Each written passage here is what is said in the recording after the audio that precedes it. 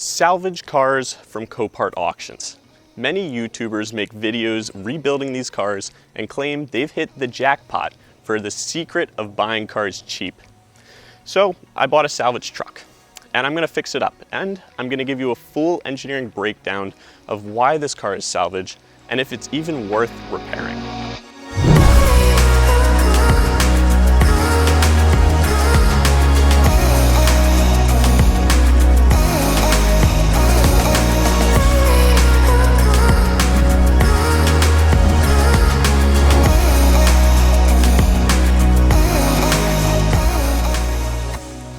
I bought this 2022 F150 from Copart for $17K. It's got major front end damage, frame damage, multiple airbags deployed, and a check engine light.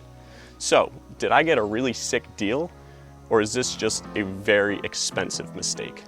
After a vehicle is involved in a major accident, an insurance assessor inspects it and estimates the cost to repair it back to its pre-accident condition. If the total cost of those repairs exceeds the vehicle's actual cash value, the insurance company declares it a total loss. These vehicles are usually sent to auction yards like Copart, where they're sold for parts, rebuilding, or to enthusiasts looking for a challenge. But if the cost of repairs exceeds the value of the car, why would this even be worth it for anyone? When an insurance assessor inspects a vehicle, they're pricing out parts to fix it that are new OEM typically, and include labor. Now, as a hobbyist, we'll typically look for junkyard parts or aftermarket parts that are a little bit cheaper. And since we enjoy doing this, we don't really count our labor. We count it as free. So let's dive into this truck, take it apart, and do a full mechanical analysis to figure out what exactly is wrong and how much it's gonna cost to fix it. So the first thing that we're gonna do is scan the ECU for body train codes, engine codes, airbag, SRS codes, and any other hidden gremlins that we can't just see by looking at the car. So for scanning today, I'm going to use this Foxwell NT630 Plus scanner. It's a fairly affordable scanner that can do pretty detailed scans. So we're going to turn the ignition of the vehicle on, and I'm going to start with just an OBD2 scan. Going to read the code. We've got a P0035. It's a turbocharger / supercharger bypass valve A control circuit high. So this is probably a sensor missing, probably on the intercooler, that got damaged or removed when the whole thing got accordioned. With only a single diagnostic trouble code, which I'm convinced is just a missing or disconnected sensor on the intercooler, I'm starting to feel pretty satisfied with my Copart buy. So I slowly creep this truck into my garage to start the full teardown process. While the Foxwell scanner is great and can scan airbags, on newer models they typically use a different protocol that the Foxwell scanner can't understand. So we're busting out good old FORScan and we're going to see if we can get some airbag results. We have several RCM codes, including the steering column, the collapsible steering column that has deployed seatbelt, driver's side seatbelt pretensioner. So now that I've got my airbag codes recorded, I can look these up and look into them and see what's involved in replacing all of the components to get those reset. And then I can get a cost estimate for that and add that to the total budget.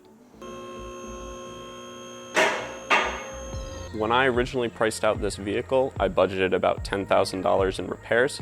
So let's dig into the damage, see what's involved, and see if I can get it done under that $10,000 budget that I set for myself.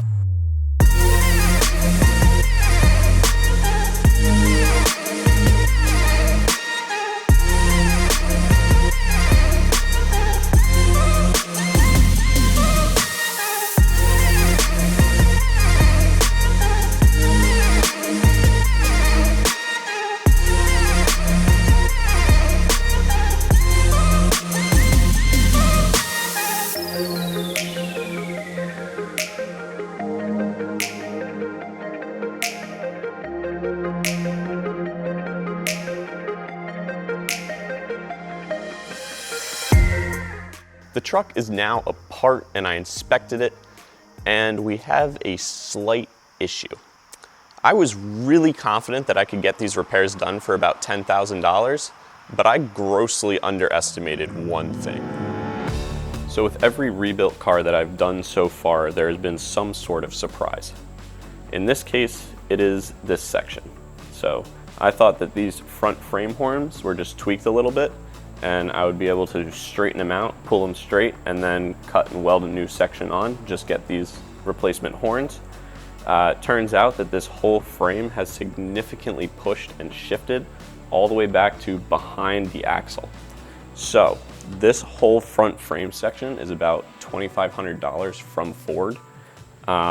And it's very involved to replace this part. It involves pulling the cab off of the frame, pulling the engine and suspension off the frame, building some sort of jig to re-weld a front section onto the existing back half of the frame at the factory seam, and then putting it all back together.